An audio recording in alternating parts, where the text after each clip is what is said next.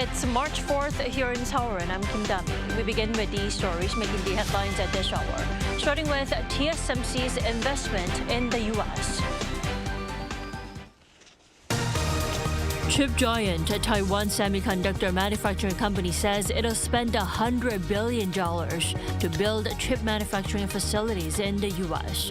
While U.S. President Donald Trump is imposing tariffs on Mexico and Canada starting Tuesday and slapping an extra 10% tariff on China.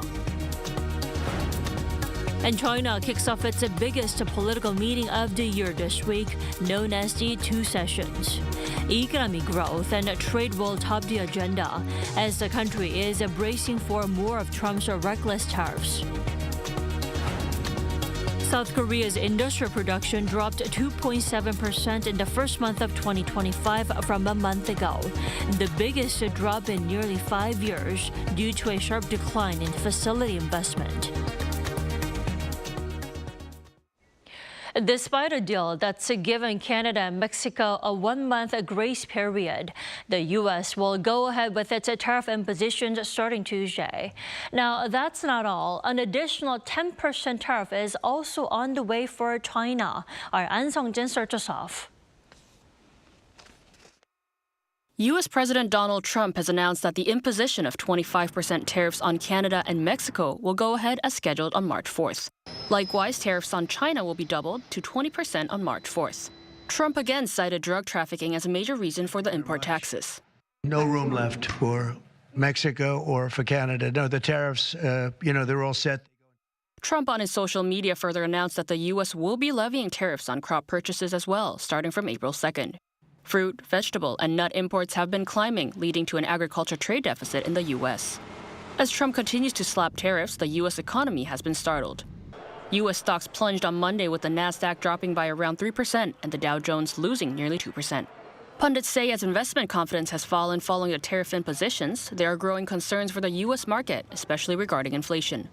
I think the tariff scenario is definitively an inflationary aspect to what can happen within the economy and the market. Right now, what I'm seeing and hearing is a little bit of a stagflation concern.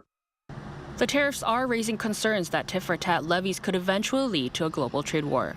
An Sung-jin, Arirang News. With U.S. President Donald Trump eyeing higher semiconductor tariffs, TSMC, one of the world's largest chip makers, announced plans for a further $100 billion investment in the U.S. Following a meeting with the country's CEO on Monday, Trump said the investment will boost domestic production and national security. Now, the new investment will be used to build additional chip facilities in the U.S. in the coming years, creating thousands of jobs and making the U.S. less reliant on chips made in Asia. TSMC had already pledged $65 billion worth of investment between 2020 and April of last year, when the company also said it would add a third semiconductor factory in Arizona by 2030. So Trump is doubling a 10% levy on China to 20% starting Tuesday. And with China's largest political event taking place, Beijing is expected to look for ways to deal with Trump's tariff salvo. Our Lee Seung-ja has more.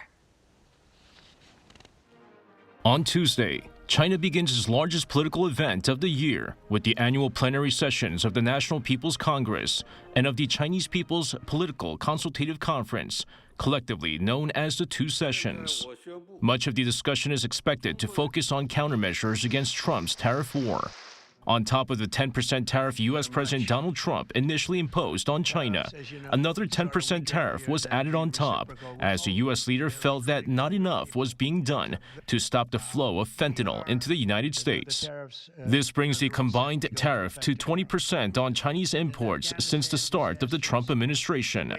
According to China's Foreign Ministry spokesperson last Friday, Beijing will seek necessary measures to firmly safeguard its interests. The U.S. has once again threatened to impose additional tariffs on Chinese products exported to the United States under the pretext of the fentanyl issue. China is strongly dissatisfied and firmly opposed to this. We will take all necessary measures to firmly safeguard our legitimate interests. China has repeatedly stated that there are no winners in trade and tariff wars. The unilateral imposition of tariffs by the United States seriously violates WTO rules and harms the interests of both countries and the world. According to experts, China could respond to Trump's tariffs by targeting American agricultural products and food. As China is a major importer of American agricultural products, such retaliatory measures would greatly affect American farmers and exporters alike. With the Chinese People's Political Consultative Conference opening the 2 sessions on Tuesday, the top political advisory body will first discuss countermeasures against the tariffs.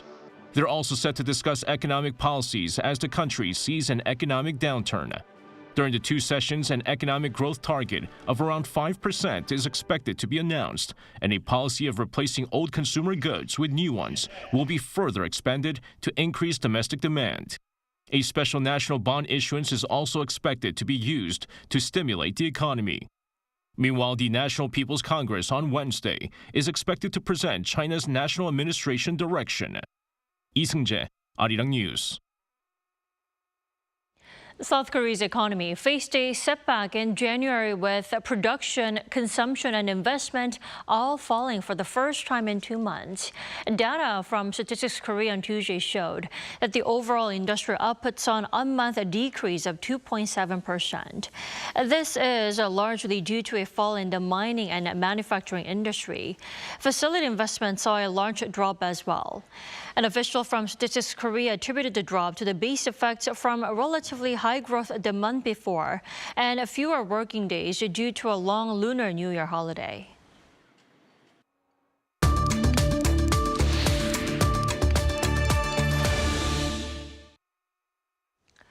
Despite the fallout from his Oval Office meeting with Ukrainian President Volodymyr Zelensky, U.S. President Donald Trump says he doesn't think the Ukraine minerals deal is dead.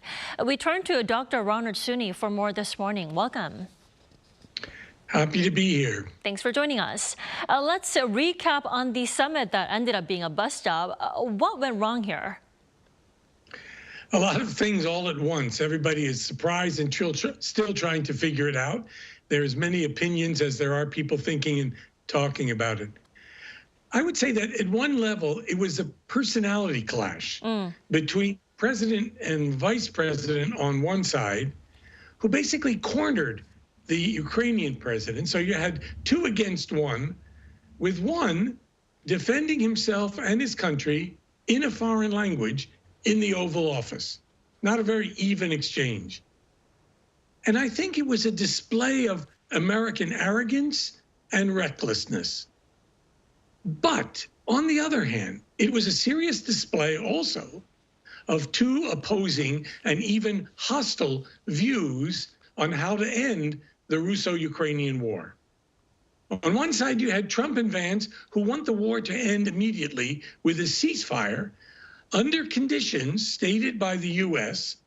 that would give 20% of Ukrainian territory to Russia, the very country that launched the war and has committed war crimes.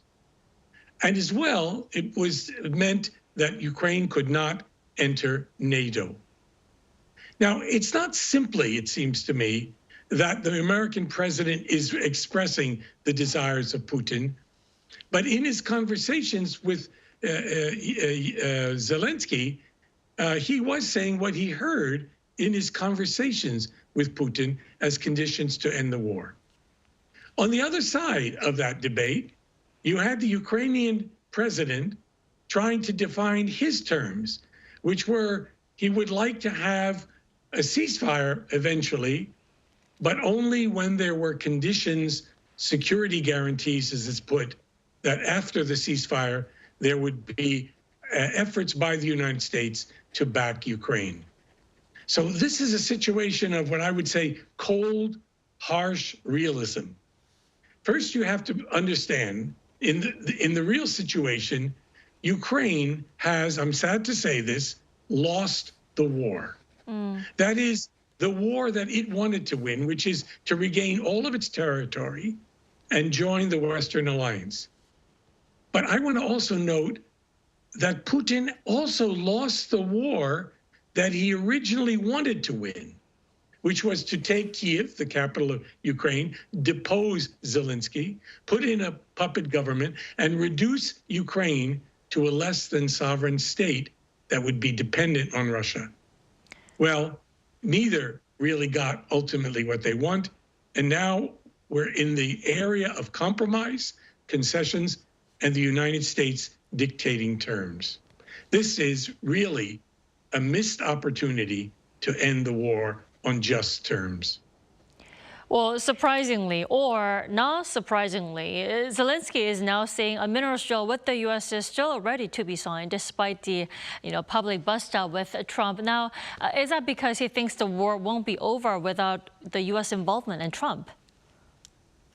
Zelensky takes this mineral deal seriously because he understands the weakness of the hand he has been dealt with by both Putin and Trump. Now, he wishes, and he said this, that this were not some kind of card game, but he also has got to understand that when you're dealing with Donald Trump, a very particular and peculiar politician, you have to placate him. You have to flatter him. And ultimately, you will have to accept the mineral deal that he's willing to sign. But what will come out of this and what Ukraine will get is in doubt. Zelensky, of course, wants desperately these security guarantees from the United States. But Trump is unwilling to agree to those guarantees at this moment. So one side wants security guarantees before a ceasefire. That's Ukraine. And the other wants the ceasefire, but without the guarantees of security obligations by the United States. So we have an impasse. Well, it appears the no-deal situation will, for now, only bring the U.S. and Russia closer. Now, we're now even hearing the White House is seeking plans for possible Russia sanctions relief. You know, nobody can figure this out quite, but Trump likes Putin. Trump likes strongmen. This is some kind of emotional identity thing that he has. He likes these kinds of things. He doesn't particularly like war. He's been a draft dodger himself. But he does like being strong, and he likes people who are strong. I want to mention that Trump really has bigger ambitions than ending the war in Ukraine. He really wants deals with Russia. That would be a big prize. He also would like maybe a Nobel Peace Prize. He talks about it. And he wants to be seen as a world historical figure, a peacemaker. Right. So you have a very strange combination. Ego, material rewards, Trump's own sense of self-aggrandizement. All of these things are motivating. He's a ruthless man and enjoys being ruthless. He thinks that's how you make the best deals, deals that are fundamentally in your own interest. Or Dr. Suni, in a nutshell, he did say the Ukraine minerals deal is not dead. The question is, when will Trump and Zelensky meet again to sign the deal then? I mean, is it when Zelensky shows more gratitude that Trump pointed to? Zelensky has shown gratitude. That doesn't seem to be enough. He emerged from that White House ambush very poorly. He did not do well. The Trumpists were very pleased with the public effect on their followers with what happened. They were praising the president and Vance. And indeed, right after the event, Trump and Vance seemed strong. Well, bullies often do feel and see that way after a fight. But within a day, Europe rallied around Zelensky, came up with its own plan, which may or may not have much of a future since it has to be accepted by Trump, which is at this point unlikely. So Zelensky has retained on the global stage his aura as a defender of the right side, of the side of history, as a man who stood up to Putin. And in world public opinion, it's still Putin whom Western Democrats consider the villain in this whole melodrama. Dr. Suni, thank you so much for joining us this morning. We appreciate it. Thank you for having me.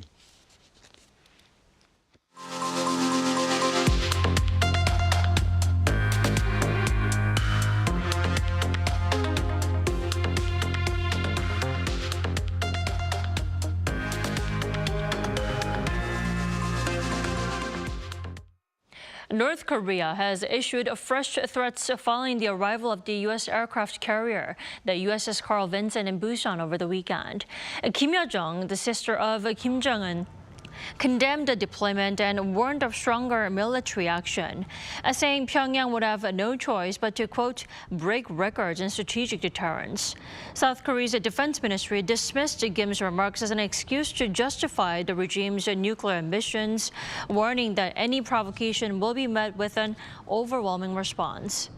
Seoul maintains that the deployment of U.S. strategic assets to South Korea is for regular joint drills with the U.S.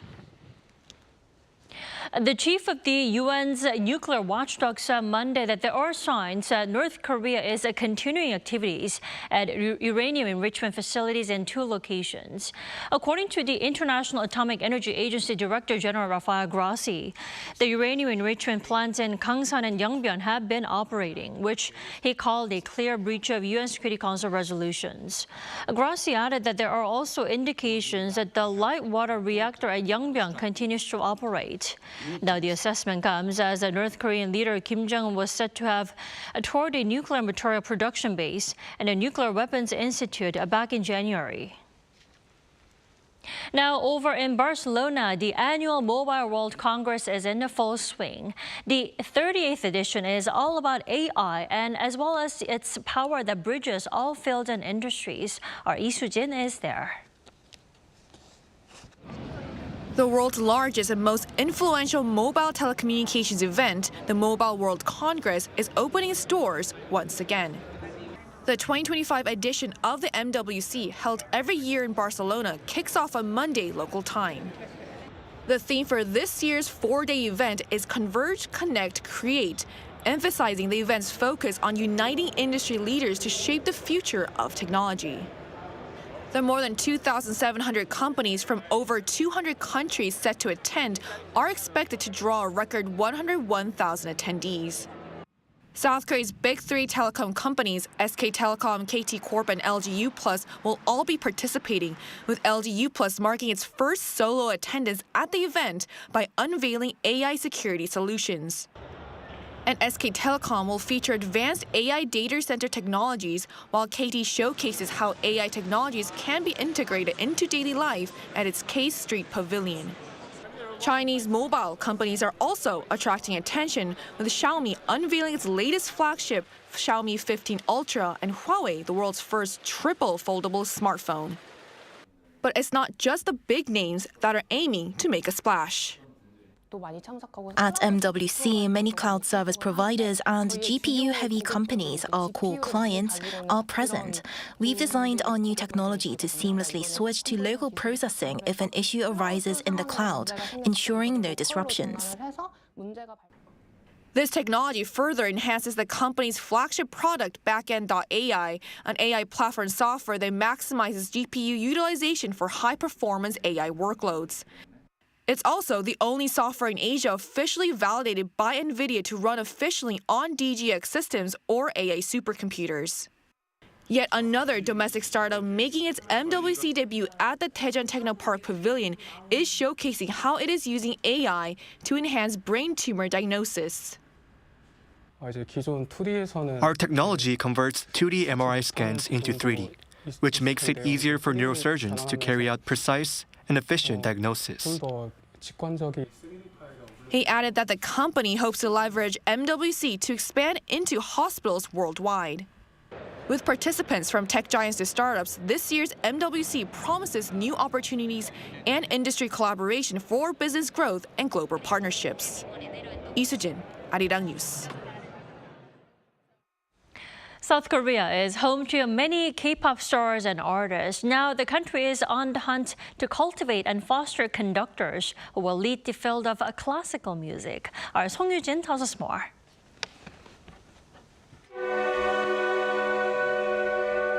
Inside this hall, the Seoul Philharmonic Orchestra is full in rehearsal. But today, a new face leads the podium, under the watchful eye of a familiar one, music director Jaap van Zweden. The orchestra has opened its doors to rising conductors through the 2025 SPO Jaap van Zweden Conducting Fellowship. Here, the baton isn't just passed, it's being earned. To be in front of an orchestra and be with them and work with them is a complete different experience than preparing this in a room when you are alone or just with a pianist. The 8 young conductors selected through an open audition work closely with Korea's top orchestra for 3 days. So one, two, three, and then 4, 5, 6. 4 is 4, 5, 6. 4 is 5, 6. Von Sveden focused on 3 key skills: mastering the smallest detail, knowing when and why to stop the orchestra, and most importantly, how to fix something that's gone wrong. But we always have to learn that the power is with the orchestra and not with us. We just bring out all the potential. Orchestra don't want to have authority by just being an authority, but they want to see the authority of knowledge, what you know about how to fix things. These young conductors have already built impressive careers, working with orchestras across Europe and the US and training at top music schools. Yet they seized this chance to grow, because in music, as in life, there's always more to learn. It's really special that the maestro took the time to praise us. As young conductors, we need that encouragement. It gives us the confidence to push ourselves further. He doesn't overlook that. Most master classes last for just a day. This program is on a whole other level. We spent an entire week working closely with the music director and rehearsing with the orchestra. Opportunities like this are invaluable. It's a priceless lesson, freely given, where a legend hands down everything they know, shaping the maestros of tomorrow. 송유진, Arirang News.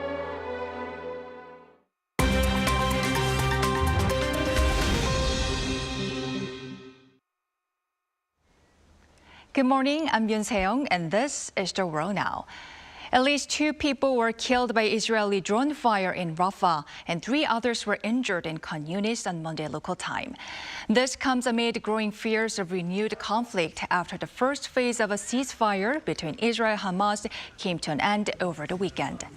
The initial ceasefire, which began in January, expired without an agreement on how to proceed.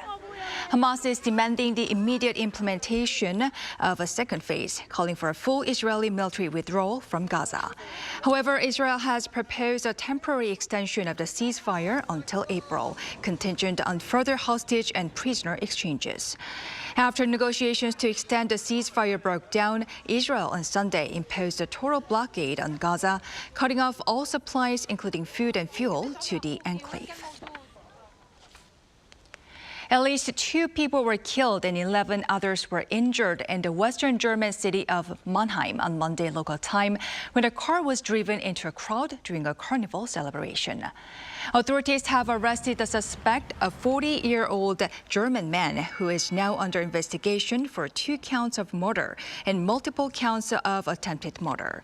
According to Mannheim prosecutors, the man shot himself following the attack but survived and is in a stable condition in hospital. They also said the attack did not appear to be politically or religiously motivated, but suggested the suspect may have been mentally unstable. Police in Mannheim had been on high alert after a surge in violent incidents in Germany in recent months. In December, a similar car ramming attack occurred in Magdeburg, followed by another in Munich last month. Pope Francis is back on a ventilator in a hospital in Rome after experiencing 2 episodes of acute respiratory distress on Monday. According to a Vatican official later the same day, the Pope's acute respiratory distress had stabilized and the 88-year-old pontiff was under careful observation. Pope Francis was admitted to the hospital on February 14th due to a respiratory infection with pneumonia detected in both lungs. The latest setback means the Pope will miss the procession and Mass on Wednesday, marking the first day of Lent. U.S. space company Firefly Aerospace successfully landed its uncrewed lunar lander Blue Ghost on the moon, becoming the second private company to successfully land on the moon. Blue Ghost, about the size of a compact cart and equipped with 4 legs, carried 10 scientific payloads. It landed in the northeastern region of the moon in the early hours of Sunday, U.S. time. Firefly claims it is the first to achieve a successful soft landing. Previously, Intuitive Machines landed its Odysseus lander last year, but it touched down at an angle, causing many of its onboard instruments to malfunction.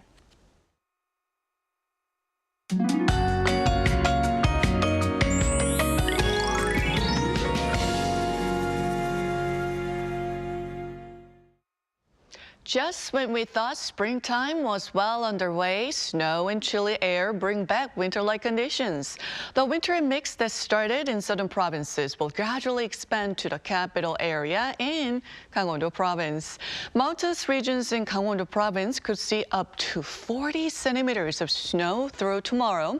Chungcheongdo and Gyeongsang-Pukdo provinces could receive up to 10 centimeters, with a heavy snow advisory being issued in those areas.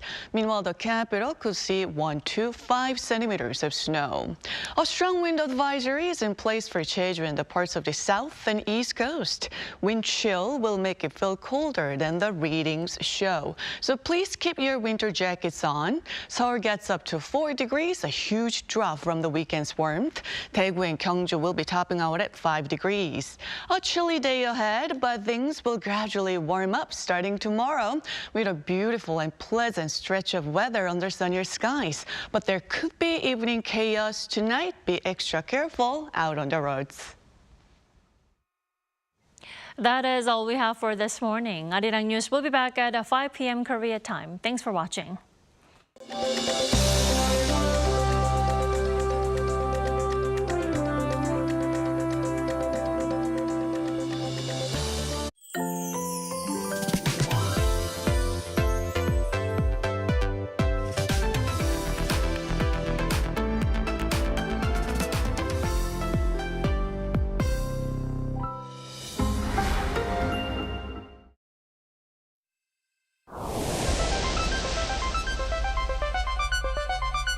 저희가 매일매일 자동차를 타고 일상생활에서도 쉽게 사용을 하는데 그런 자동차에서 타이어는 계속해서 버려지고 있거든요. 전 세계적으로 10억 개 이상 버려지고 있는데 특히 소각 처리될 경우에는 대기오염 물질들이 여러 가지가 나오게 되고 매립됐을 때는 지하수나 토양오염 물질들이 많이 방출되게 됩니다.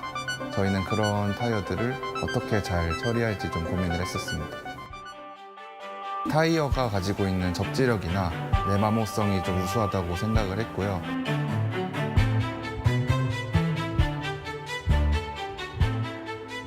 저희는 타이어 하나로 신발을 3.5켤레 정도를 만들 수가 있어요. 그렇게 됐을 때 저희의 신발 한 켤레는 타이어에서 발생되는 탄소를 8.9kg 정도 저감할 수 있는 그런 효과가 있습니다. 이 일을 시작하기 전에는 타이어가 그렇게 많이 버려지는지도 몰랐고 그리고 버려진 타이어들이 환경 파괴적으로 처분되는 것도 사실은 잘은 몰랐어요. 점점 더 적체가 되고 있거든요, 타이어들이. 시간이 지나면 지날수록 더 큰 문제가 될 것 같다는 생각에 지금 일을 하고 있습니다. 타이어마다 모양이나 패턴이 굉장히 많이 다양한데 내가 가지고 있는 신발이 다른 신발들과 모양이 다를 수 있다는 점, 그런 점도 재미 요소로 좀 다가가고 있습니다.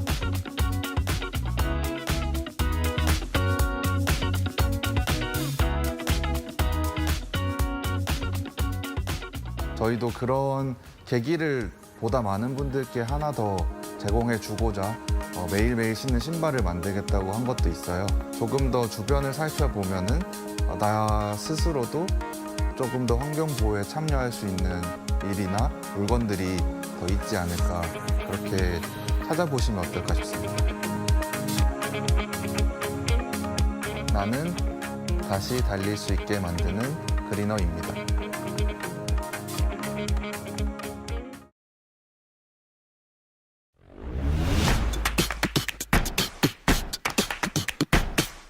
Our lives are swept into a vortex of this intricately connected world. Providing an in-depth exploration of global security, diplomacy, economy, and culture, to offer a unique international perspective. Embark on a global news journey with the Geovista today.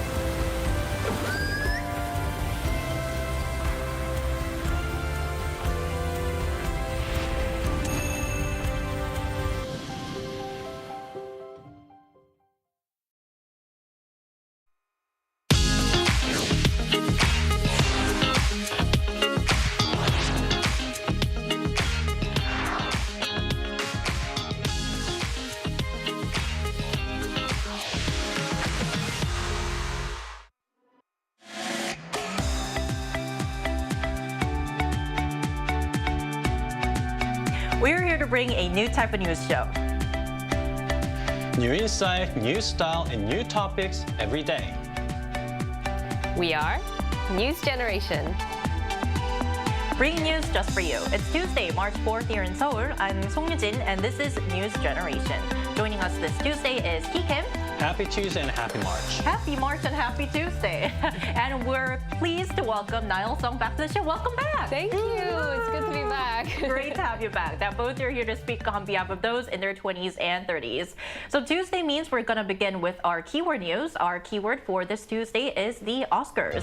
Hollywood's biggest night, the 97th Academy Awards, celebrating the best films of the past year, took place on Sunday night in Los Angeles.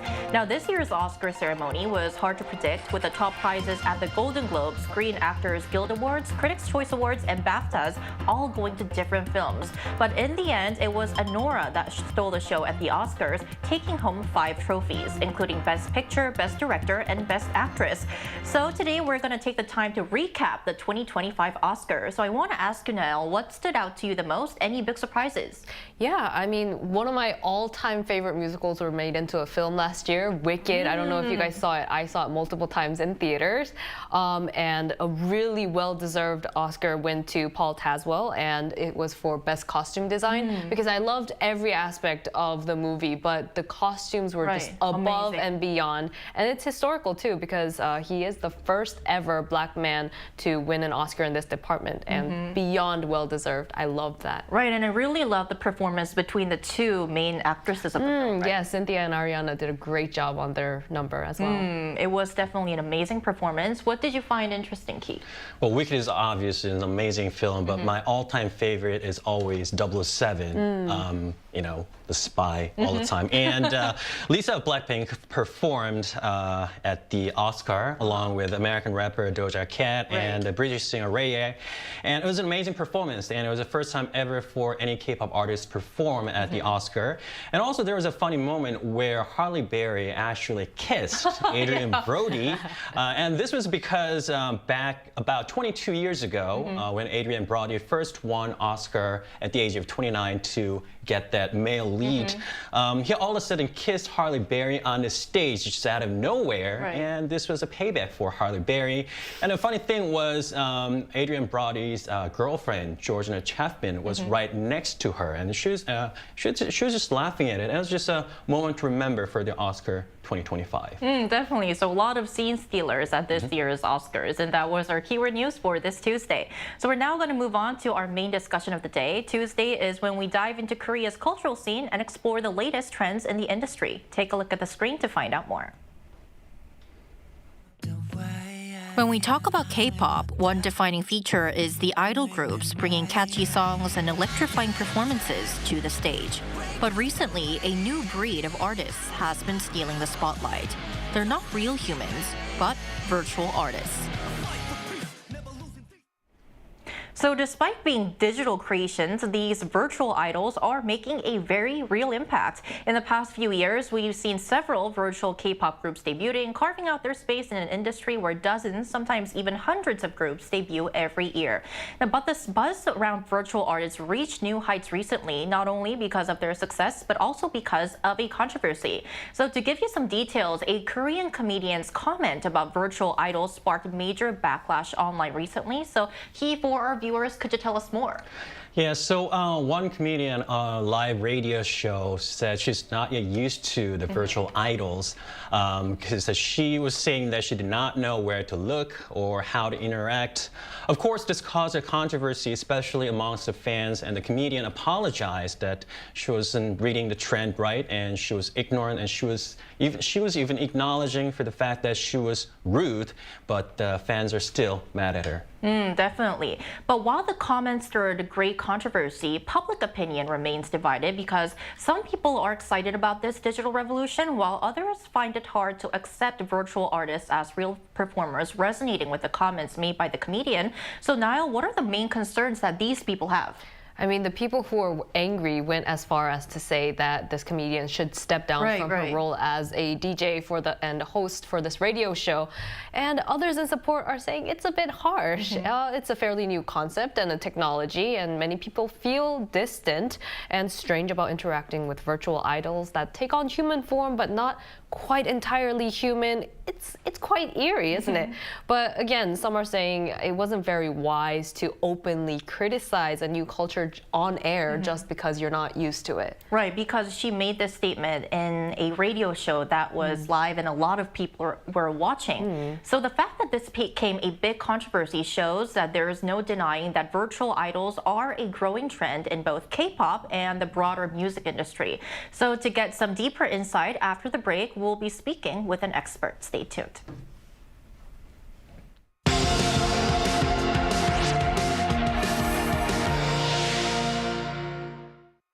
NewsGen wants to hear from you.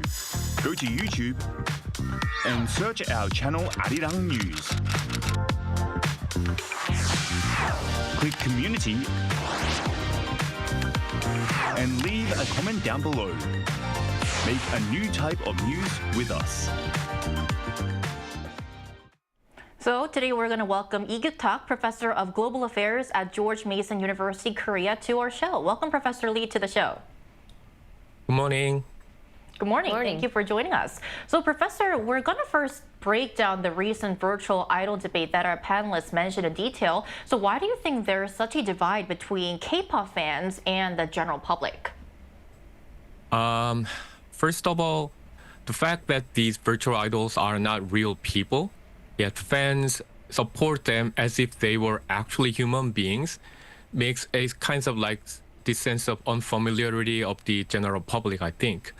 But in fact, actually some aspects of K-pop fandom culture may seem still unfamiliar to them as well, though fans know all the things. For example, the recent rise in the popularity of virtual idols like Plave or Isegae Idol did not really happen all of a sudden.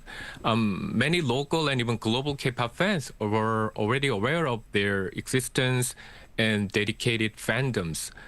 Also, the concept and worldview that K-pop idol groups have consistently showed and pursued, often called as 세계관, are similar to the very current concept of virtual idols, which makes K-pop fans not really feel strange or weird about virtual idols, while general public who are not really familiar with this kind of culture may feel a little bit different from the K-pop fans. So focusing on our fandom culture, obviously the K-pop is very well known for its passionate fan base. So are we seeing any differences between the fandoms of the virtual idols or, so to speak, the traditional human idols? Of course, since virtual idols are not human beings, there are subtle differences if we look at very carefully due to the nature of those idols.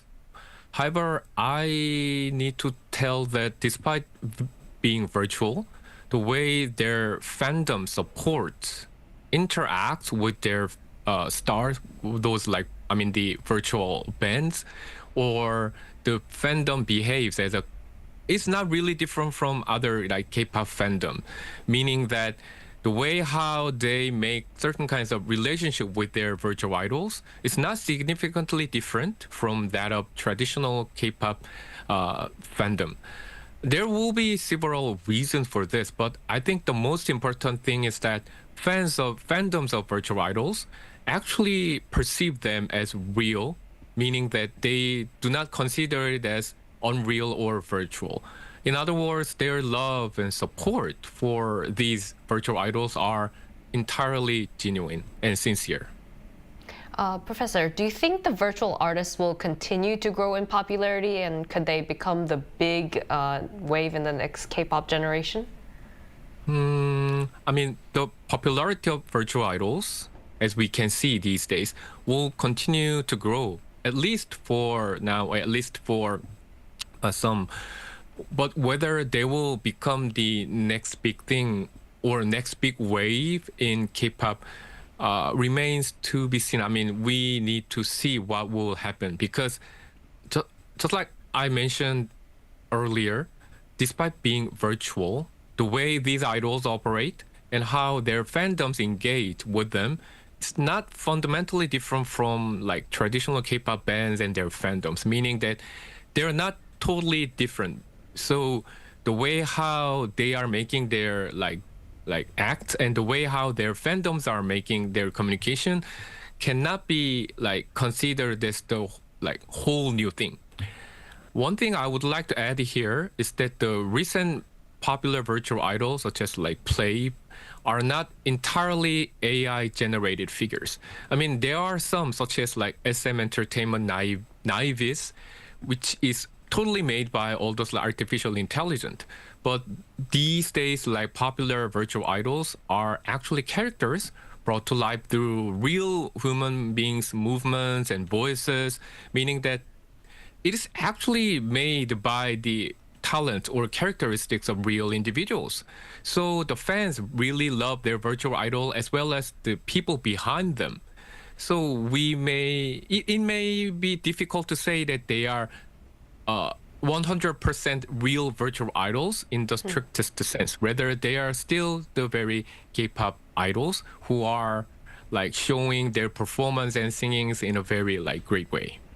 A lot to explore further in this field, and we'll keep an eye on it. All right, Professor Lee, thank you so much for your time and your insights today. Appreciate it.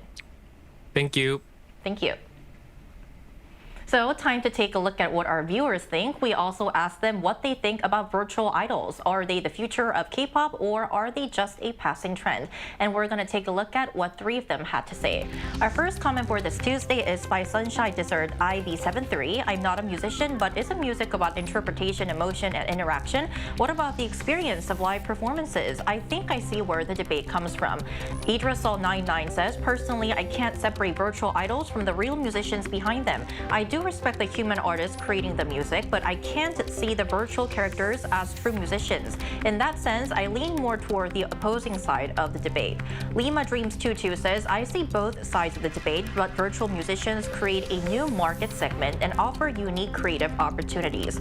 To me, it's similar to the distinction between animated and live-action films. Both can thrive while excelling in different forms of storytelling.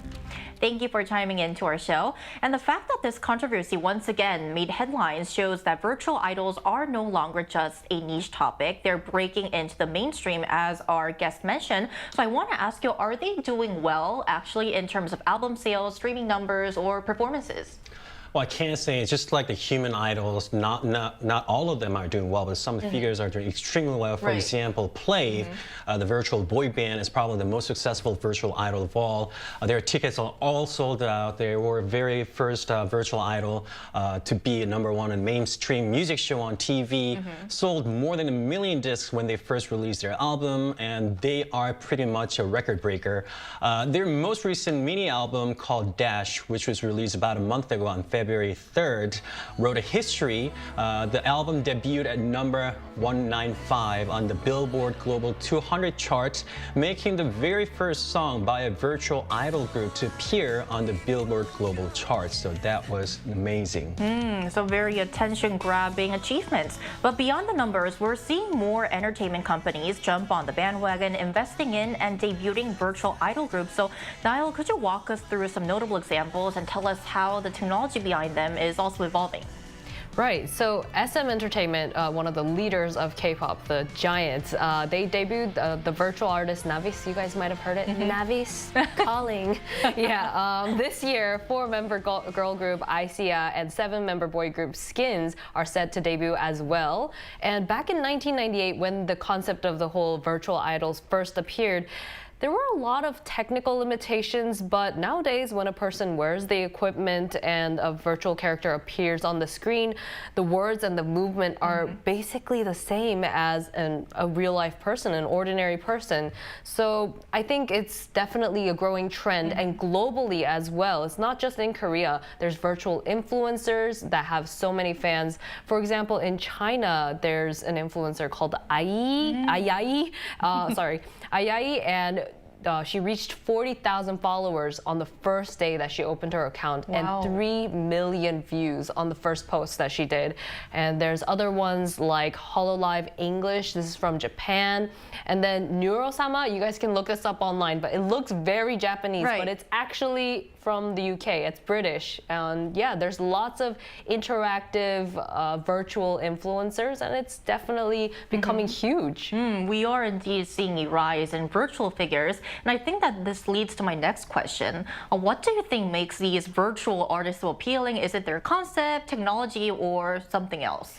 I personally think it could be from the lack of drama and the scandals, because many fans spend a lot of time and money investing in these idols, and when there's career-stopping scandals, it can be quite disappointing and sometimes even feel like betrayal. So it's cool to see, you know, people investing in virtual idols that they feel no risk in a way. And the younger generation is definitely open to games and animation, so more interactive. And so this new technology is kind of a fun play and entertainment for, you know, for the new generation.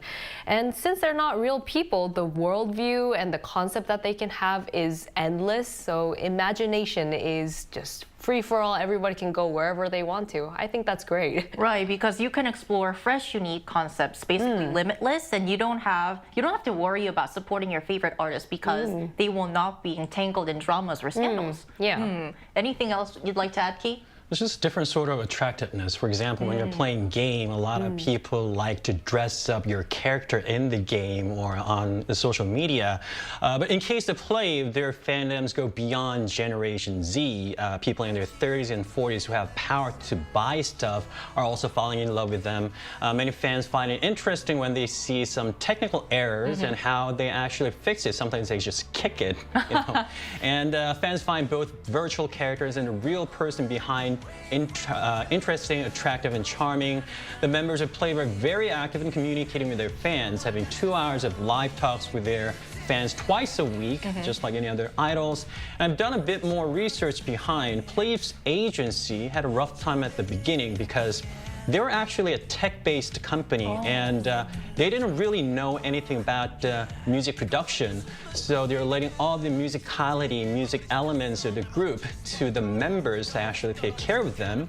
And when they were consulting choreographers for some dance moves, and when choreographers found out that the members had to wear some special gears so that dance could be demonstrated by the virtual idols, choreographers had to come up with some relatively simpler moves because they thought it was hard for people to move with that gears on them. And when it came to renting a concert venue, many of the owners of the hall, concert halls, were reluctant to lend the halls because they did not know how many tickets were are going to be sold. They were just not, they didn't trust them. But here they are, surprising everyone, breaking the records. Right, so all these hard efforts paid off because they're making a splash in the music industry. Exactly. So ending off, we've seen virtual technology expanding, and it's still expanding rapidly, from art exhibitions to films and now music. So looking ahead, are there any innovations or new virtual figures, additions you'd like to see in this industry? This is something that's already been in the talks and in the making. AI chats with your favorite star. So there's many different fan platforms, and artists, they do their best to make time to communicate with their fans. Which is not easy. Yeah, there's just physically not enough time to communicate with everybody one-on-one. But with this technology, you can actually know what it's like to maybe have a conversation with your favorite star. Very exciting news for K-pop fans. What do you anticipate, Ki? So actually, the technology that Niall was talking about is actually out there.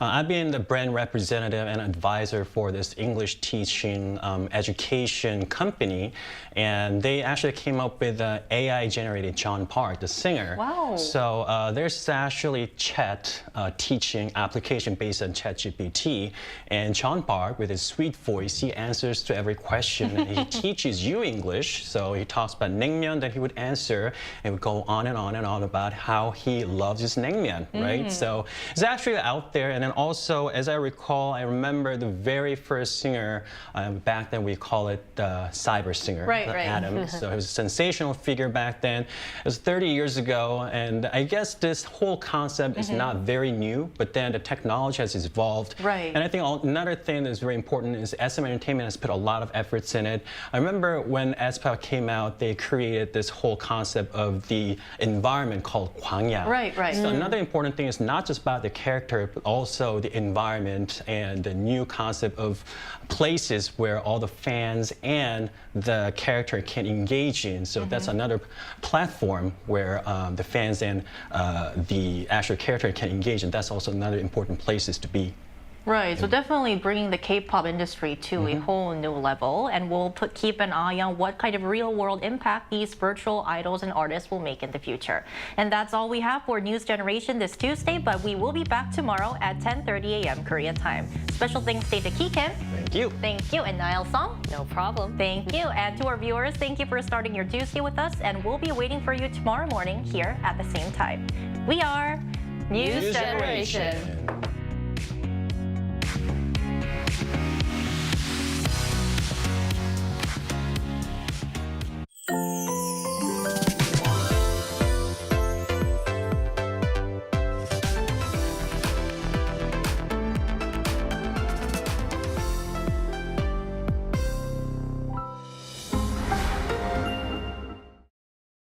How to survive in Korea. Barbecue restaurants. Step 1. Taking care of your clothes. Put your jacket in the plastic